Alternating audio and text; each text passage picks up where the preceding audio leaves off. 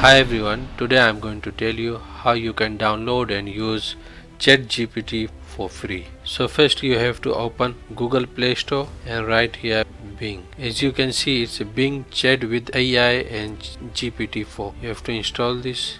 Once installed, now you have to open it. So you have to allow Bing powered by AI and GPT-4. So here you got the option to use ChatGPT-4 for free. Now you can search anything you want. And if you want to use ChatGPT on your laptop without sign up, you just have to open Microsoft Edge. And here you can see the Bing icon. So when clicking, you will get the ChatGPT for free. If you have liked my video, then please don't forget to like, share and subscribe to my channel for more interesting and educational videos. Thank you for watching.